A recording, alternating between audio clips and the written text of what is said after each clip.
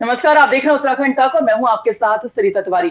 कल एक press conference होती है जिसमें रक्षा मंत्री राजनाथ सिंह होते हैं, नौसेना के अध्यक्ष, एयर चीफ मार्शल और जल सेना के भी अध्यक्ष यहाँ पर होते हैं, जिसमें यहाँ पर एक अनाउंसमेंट होता है कि मिशन जो अग्निपथ, इसके तहत 46,000 युवाओं को हर साल मौका दिया जाएगा और 4 साल के लिए इन्हें सेना में भर्ती किया जाएगा। जिसके बाद अब तमाम सवाल यहाँ पर खड़े हो रहे हैं कि आखिरकार ये किस तरह का मिशन है। और आज फिर से प्रेस कॉन्फ्रेंस एक उत्तराखंड में होती है जिसमें मेजर जनरल ये प्रेस कॉन्फ्रेंस करते हैं। उसमें हमारे सहयोगी अंकित शर्मा वहां पर मौजूद थे, तो तमाम जानकारियां वहां से लेकर आए हैं। अंकित जी, आप थोड़ा सा बताइए कि आज जो प्रेस कॉन्फ्रेंस यहाँ पर हुई है, तो युवाओं से जी जुड़े तमाम सवाल भी अब सामने आ रहे हैं कि जो ऑलरेडी युवा तैयारी कर रहे थे, तो उनके लिए ये जो अनाउंसमेंट है वो इसे किस तरह से देख रहे हैं आपके हिसाब से, और क्या कुछ आज रहा। जी सरिता, आज जो प्रेस कॉन्फ्रेंस हुई है उसकी अध्यक्षता मेजर जनरल जीएस चौधरी कर रहे थे, जो डिवीजन गोल्डन की डिवीजन के जनरल ऑफिसर कमांडिंग है। उनके साथ कर्नल मेहता थे और ब्रिगेडियर साहा भी उनके साथ मौजूद थे, जो डिवीजन के ही जी। स्टाफ हैं, सीनियर स्टाफ हैं। और इस हम्म। प्रेस कॉन्फ्रेंस का जो मुख्य उद्देश्य था वो ये था कि ज्यादा से ज्यादा लोगों में इस अग्निपथ स्कीम को लेके अवेयरनेस जाए।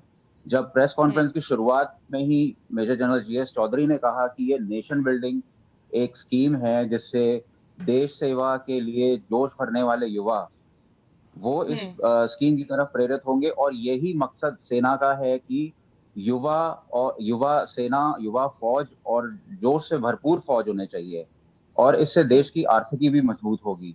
इसमें कई तरीके की स्कीम सामने आई हैं, जैसे जो युवा सेना में भर्ती होंगे, 4 साल का उनका टाइम पीरियड होगा। 4 साल के बाद 25% युवा जो है वो आगे जाएंगे, जिसके जिसके लिए हम्म। एक पारदर्शिता वाली स्क्रीनिंग होगी, जिसमें पूरी हम्म। तरीके से पारदर्शिता रखी जाएगी।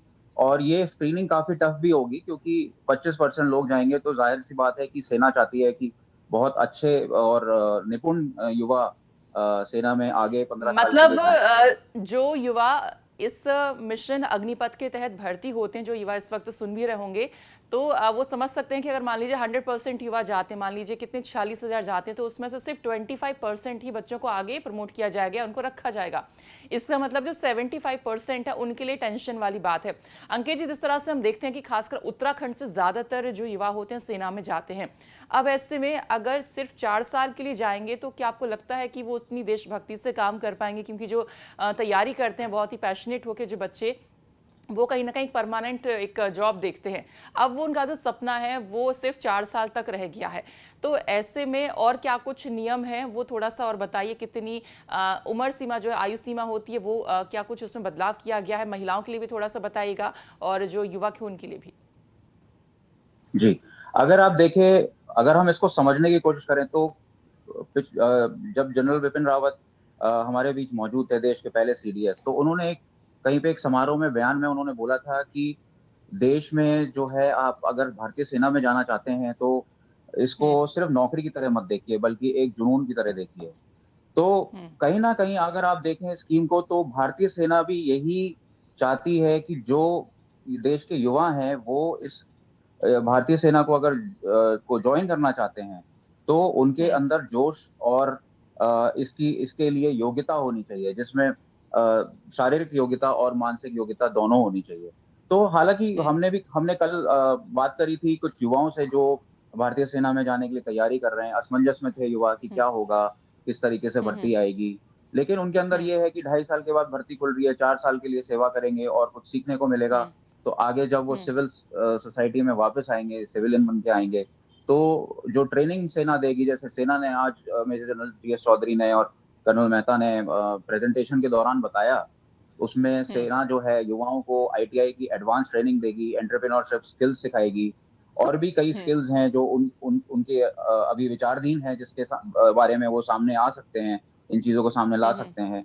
और इन चीजों से जो अब तक एक ट्रेंड बना हुआ था कि सेना से रिटायर होने के बाद जो एक हवलदार रैंक या सूबेदार रैंक के जो लोग होते थे, या नायक रैंक से कोई रिटायर होता था, तो वो हम्म। सिर्फ सिक्योरिटी सर्विसेज में जा पाता था। अभी सेना इस हम्म। ट्रेंड को चेंज करना चाह रही है कि जो सिपाही रैंक से जो भर्ती होता है, वो अगर रिटायर भी होता है, 4 साल के बाद भी जाता है, तो वो किसी अच्छी कंपनी में उसको हम्म। नौकरी मिल सके। उसके अलावा अगर आप अपनी शारीरिक और मानसिक योग्यता में दक्षता रखते हैं, अगर आपकी जी। वो बहुत इम्प्रूव्ड रहती है, तो आपको आगे जी। जाने का मौका मिलेगा। तो इसमें जैसे 25% जो टॉप रखे गए हैं, तो सेना अपने आप को मजबूत करना चाहती है। सेना चाहती है कि हुँ। जो एवरेज, जैसे कि प्रेस कॉन्फ्रेंस में भी बताया गया कि जो सेना की एवरेज एज है वो 32 साल की है, जिसको वो घटाकर 26 साल करना चाहते हैं, और इससे एक युवा सेना के तौर पे भारतीय सेना को प्रस्तुत करना चाहते हैं सरिता। मतलब ज़्यादा से ज़्यादा जो युवा है, जो एनर्जेटिक युवा है, उनको सेना में लाने का एक उद्देश्य से समझ में ये आ रहा है। लेकिन कहीं न कहीं जैसे आयु सीमा की आपने बात कही कि उसको भी कम कर देंगे ताकि युवा सेना निकल कर सामने आए, 26 साल तक करेंगे। अब ऐसे में जिस तरह से हम थोड़ा बात भी कर रहे थे, महिलाओं को लेके भी थोड़ा-सा बताइए कि जो युवतियाँ हैं, वो भी अगर सेना में जाना चाहती हैं, तो उनके लिए पीसी में कुछ कहा गया है क्या आज? जी, देखिए, महिलाओं पे सेना ध्यान दे रही है। जैसे कि पहले महिलाओं की कुछ-कुछ कोर्स में ही एंट्री हो पाती थी। इस बार नौसेना अध्यक्ष ने भी बोला है कि नौसेना में महिलाओं की एंट्री होगी। वो नौसेना नाविक और सेलर रैंक पे भी अप्लाई कर सकते हैं। एयर फोर्स चीफ ने भी बोला कि एयर हुँ, फोर्स हुँ। एयरमैन के लिए भी महिलाएँ अप्लाई कर हुँ। सकेंगी। सेना में अभी तक सीएमपी के लिए महिलाओं का जो रिक्रूटमेंट होता था, लेकिन अब अग्निपथ स्कीम आने के बाद महिलाएं भी एक सैनिक के तौर पे अप्लाई कर सकेंगी। हालांकि अभी इसके लिए अभी पूरा तरीके से डॉक्यूमेंट सामने नहीं आया है कोई, लेकिन सेना इस पे हुँ। काम कर रही है। और जाहिर सी बात है कि सेना में महिलाएं और पुरुष दोनों को साथ जगह मिल सकेगी अग्निपथ स्कीम में, ऐसा माना जा रहा है। और ट्रेनिंग भी अगर उनकी होगी तो जी। वो 6 महीने की उनकी ट्रेनिंग होगी और 4 साल का कार्यकाल उनका भी होगा। जी। और थोड़ा-सा कोई अंदाज़ा या कोई आइडिया उन्होंने बताया कि जो महिलाओं की सीमा होगी आयु की, वो कितनी हो सकती है? क्या उनकी भी युवा की तरह ही जो लड़के हैं उनकी तरह ही 21 करीब यहाँ पर होगी मैक्सिमम? जी, अभी जैसे हमने सवाल किया था कि महिलाओं की जो आयु सीमा होगी वो कितनी होगी सेना में जाने के लिए अग्निपथ स्कीम में। तो मेजर जनरल चौधरी ने हुँ। बताया कि अभी कोई भी नियम में इस तरह का बदलाव नहीं लिया गया है। एलिजिबिलिटी जो है वो वही रहेगी जो आयु सीमा है। हुँ। जैसे पुरुषों के लिए साढ़े हुँ, सात हुँ। साढ़े 17 साल से 21 साल है, वही जी। आयु सीमा अभी महिलाओं के लिए रहेगी। हालाँकि 1 साल में इन चीज़ों में बदलाव किया जाएगा और हुँ। जल्द ही बदलाव देखने को मिल सकते हैं। और क्योंकि कहीं न कहीं बहुत सारे पद होते हैं, सिर्फ़ जवान ही नहीं होते हैं और भी जैसे नौसेना में हम बात करें, वायुसेना में और जल सेना में, तो ऐसे में यहाँ पर हो सकता है कि कुछ उम्र भी यहाँ पर बढ़ा दी जाए, कुछ ऐसे चांसेस हो सकते हैं अगर जैसे-जैसी भर्तियाँ होती हैं, डेज़िग्नेशन होती है उसके अकॉर्डिंगली। और क्या कुछ पीसी में कुछ ख़ास तौर पर रहा अगर आप बताना चाहें क्योंकि तमाम युवा ख़ासकर उत्तराखंड के जानना चाहते हैं कि क्या कुछ और इसमें नियम है क्योंकि वो बहुत बेसब्री से जो है बहुत ही पैशनेट होके जैसा हम कह रहे थे कि वो तैयारियाँ करते हैं, रनिंग करते हैं और ऐसे में ये खबर आना। और दूसरी बात एक और मैं करना चाहूँगी, जिस तरह से 4 साल की हम बात कर रहे हैं, तो एक तो 4 साल के बाद उनकी नौकरी नहीं रहेगी 75% बच्चों की, तो एक इनसिक्योरिटी ये है। दूसरा जिस तरह से आपने बताया कि इस तरह की ट्रेनिंग उनको दी जाएगी कि आफ्टर 4 ईयर वो है उनकी प्राइवेट सेक्टर में या अदर जो क्षेत्र होते हैं वहाँ पर वो ट्रेनिंग काम आएगी। तो बच्चों के दिमाग में जो अब तैयारी कर रहे हैं सेना की, जो 4 साल के लिए अब जाएँगे, तो उनके मन में अब ये चीज़ थोड़ा-सा पॉजिटिव हो गई आपके जो आपने बताया कि यहाँ पर जो ट्रेनिंग होएगी आईटीआई की भी एडवांस ट्रेनिंग होगी, तो वो कहीं न कहीं चीज़ें काम आएँगी। लेकिन क्या वो ट्रेनिंग हर जगह काम आएगी, ये भी एक बड़ा सवाल यहाँ पर उठता है। तो सरकार ने क्या सोच के ये सारी चीज़ें दी हैं? और दूसरा युवाओं को बता दूँ जिस वक़्त देख रहे हैं कुछ नियम जिस तरह के अंकित जी ने यहाँ पर आपको बताया कि 17.5 साल से लेकर 21 साल तक ये तो आयु सीमा है। एलिजिबिलिटी जो एजुकेशन की बात करें 10th या 12th पास आप यहाँ पर होने चाहिए। दूसरा हाइट भी यहाँ पर मैटर करती है और इसके बाद आपकी कुछ हफ्तों की यहाँ पर ट्रेनिंग आपको दी जाएगी और उसके बाद जो है आपका इसमें सिलेक्शन होता है। लेकिन 4 साल के बाद आपको करीब 11,71,000 रुपए आपको दिए जाएंगे, लेकिन पेंशन वगैरह नहीं दिया जाएगा। तो ये जो है कहीं ना कहीं सिक्योरिटी होती है अंकित की, जिस तरह से हम देखते हैं कि आर्मी के बाद आप रिटायरमेंट के बाद पेंशन पर जीते हैं, लेकिन वो चीज़ अब खत्म हो गई है। तो ये कैसे से आप देख रहे हैं क्योंकि उत्तराखंड में भी आप वहाँ पर मौजूद हैं, लोगों से आपने बात भी की होगी, तो क्या वो लोग इससे सहमत नजर आए, नहीं नजर आए, आपके नज़रिए से कैसा रहा? जी, देखिए, उत्तराखंड एक सैन्य बहुल्य देश है और प्रदेश है, और यहाँ पर गढ़वाल रेजिमेंट और कुमाऊँ रेजिमेंट के लिए हर साल हज़ारों बच्चे सेना भर्ती के लिए आते हैं। अगर आप देखें, हम्म। आंकड़े देखें, तो गढ़वाल रेजिमेंट में 1100 से 1500 हम्म। सैनिकों की भर्ती निकलती है और कुमाऊँ रेजिमेंट में हम्म। 700 से 800 सैनिकों की भर्ती निकलती है। लेकिन अगर आप भर्ती में आने वाले युवाओं की आंकड़े देखेंगे, तो वो कई-कई हज़ार पार कर जाते हैं। तो आप देख सकते हैं कि जुनून कितना होता है युवाओं में। हालाँकि रोज़गार के तौर पे भी अगर देखा जाए तो एक रोज़गार का भी एक बहुत बड़ा माध्यम है सेना में जाना। इसको हम नकार नहीं सकते कि रोज़गार के लिए भी युवा सेना को देखते हैं। हालाँकि इसमें जो शारीरिक और जो मानसिक और शारीरिक दक्षता होती है, वो पूरी तरीके से बहुत टफ होती है और सेना के जो मेडिकल एग्ज़ाम्स होते हैं और जो फिज़िकल टेस्ट होते हैं, वो टफ होते हैं। तो उसके बाद भी कई युवा जो होते हैं, वो काफ़ी तैयारी करते हैं। लेकिन जो अब ये नया अग्निपथ स्कीम आई है, इसको लेकर थोड़ा-सा असमंजस बना हुआ है। हमने कल कुछ युवाओं से बात जी। करी जो तैयारी कर रहे थे, उन्होंने बताया कि उनमें से कुछ युवा 1.5 साल से 2 साल से तैयारी कर रहे हैं और उनके पास मुश्किल से 1 आध साल बचा हुआ है और उसके बाद वो ओवर एज हो जाएँगे। लेकिन उन्होंने हिम्मत नहीं हारी है, वो अभी भी तैयारी कर रहे हैं और वो कह रहे हैं कि अग्निपथ स्कीम आई है, तो कम से कम 4 साल के लिए ही सही हम 4 साल के लिए देश सेवा कर सकेंगे, उसके बाद हम देख सकेंगे अंकित, कि आपने एक हमें कहीं एक नौकरी मिल सकती है। जी।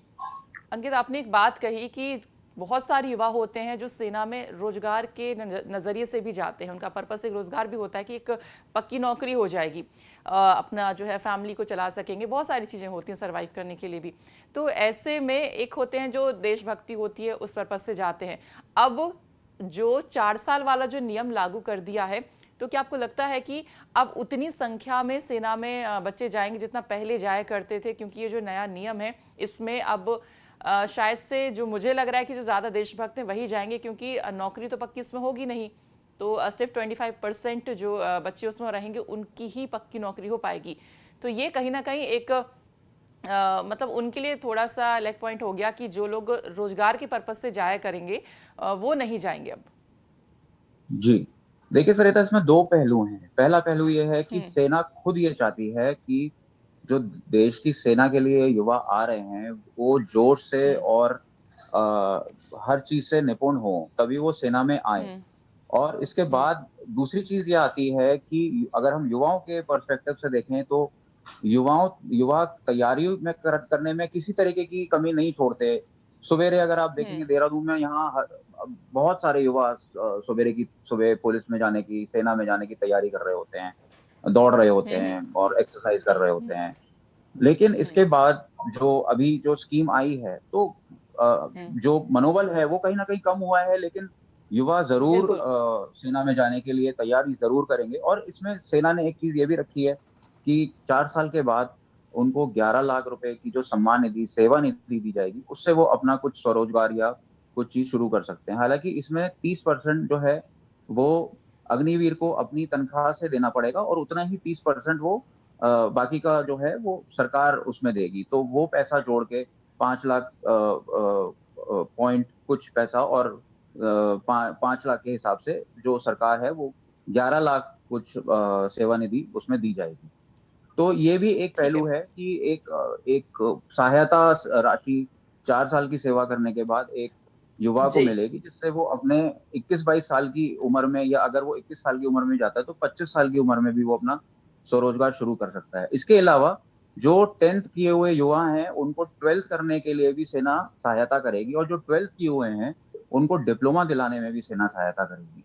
तो एजुकेशन के पर्पज़ से अगर आप मतलब देखें जी। तो इससे जी, काफ़ी प्रोग्रेस होगा युवा का यहाँ पे देश के अंदर और 4 साल के बाद अगर वो सेना से बाहर निकलते हैं, तो ज़ाहिर तौर पे एक अच्छे सिविलियन के तौर पे बन के निकलेंगे। बिल्कुल, अब देखना ये होगा कि सेना में जो युवाओं की भर्तियां हुआ करती थी, जो संख्या होती थी बच्चों के आने की, अब वो कितनी कम होती है तादाद या ज़्यादा होती है, ये यहाँ पर देखना होगा नया नियम लागू होने के बाद। खैर, बहुत बहुत शुक्रिया अंकित पूरी जानकारी यहाँ पर देने के लिए, और बाकी खबरों के लिए आप देखते रहिए उत्तराखंड तक। नमस्कार।